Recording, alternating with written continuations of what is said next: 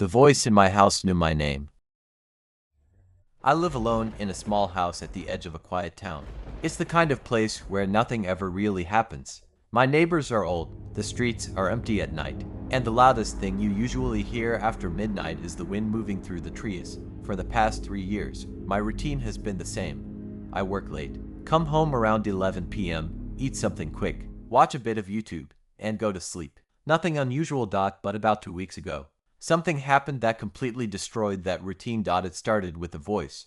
The first time I heard it, I thought it was my phone. I had just gotten into bed and turned off the lights. My room was completely dark except for the dim glow of the streetlight outside my window. Right when I was about to fall asleep, I heard someone whisper, "Daniel." My eyes snapped open. I laid there for a moment, listening. Nothing. My phone was on the nightstand. No notifications. No calls. I told myself it was just one of those weird half-dream moments you get when you're drifting off to sleep. So I closed my eyes again. A few seconds later it happened again. "Daniel." This time it was clearer. It sounded like someone was standing in the hallway outside my bedroom. My heart immediately started racing. I live alone. I always lock my doors. Slowly, I reached over and grabbed my phone. I turned on the flashlight and pointed it toward the doorway. The hallway was empty. I got up and checked. The entire house. Front door locked. Back door locked. Windows closed. No one there. I told myself, it must have been the house settling, or maybe a neighbor outside. But deep down, I knew that voice said my name, and it sounded close. Really close. For the next few days, nothing happened. I almost convinced myself I imagined it. Then last Friday night, it happened again. This time I was in the kitchen washing dishes. It was around midnight, and the house was completely quiet. Suddenly, from somewhere behind me, I heard a whisper, "Daniel." I froze.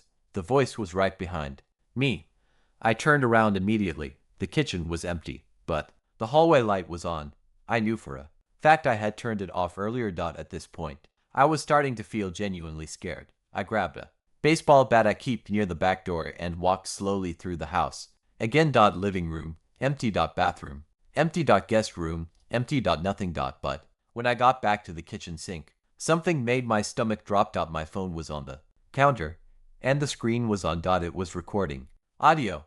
I never opened the recording app. I stared at it for a long moment before pressing play. At first there was just the sound of running water from the sink. Then dishes clinking. Then my own voice humming quietly. And then, clear as day, another voice. Right behind me, "Daniel." I felt my blood go cold. Because the voice on the recording didn't sound like it was coming from across the room. It sounded like it was right next to the microphone, which meant whatever said my name had been standing directly beside my phone. Less than a foot away. But when I turned around earlier, there was no one there. That night I barely slept. I kept replaying the recording over and over, trying to figure out where the voice could have come from. But the more I listened to it, the worse it got, because eventually I noticed something I hadn't realized before. There were actually two voices on the recording. My voice and the whisper. But right before the whisper said my name, there was breathing. Slow. Heavy. Like someone standing there watching me. That was the moment I decided something was seriously wrong. The next day I bought two security cameras. One for the living room. One for the hallway outside my bedroom. I told myself it would help me prove this was all in my head.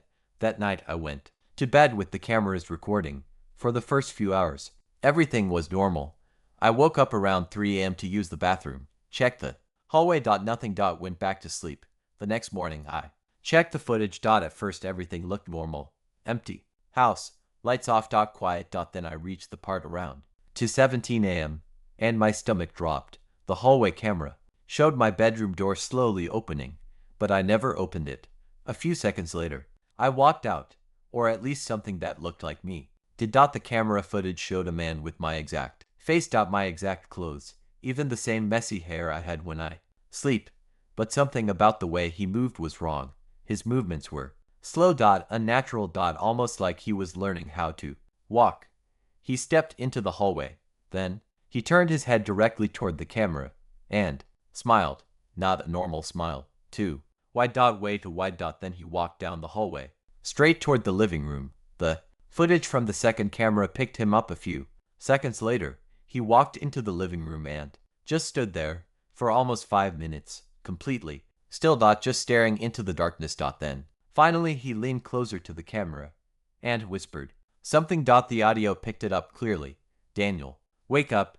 At that exact moment on the footage, my real bedroom door opened dot and I walked into the hallway dot the same moment I woke up in real life to go to the bathroom dot, but the thing in the living room had already turned toward the hallway, like it knew I was coming. I watched the footage of myself walking toward the bathroom, completely unaware. Meanwhile, the other version of me slowly stepped out of the camera frame, walking toward the hallway, toward me. The recording cuts off right before we would have crossed paths. I don't know why the camera just stopped recording. I checked the rest of the footage. There's nothing after that just a black screen. I don't remember seeing anything that night. I don't remember meeting whatever that thing was. But last night something else happened. I was brushing my teeth in the bathroom, and I looked in the mirror behind me. In the dark hallway, I thought I saw someone standing there, but when I turned around, the hallway was empty, still. Something felt wrong. So I checked the security cameras again, and that's when I realized something that scared me more than anything else so far. The timestamp on the hallway camera said to 17 a.m. again, and my bedroom door had just started opening, but this time, I was still awake.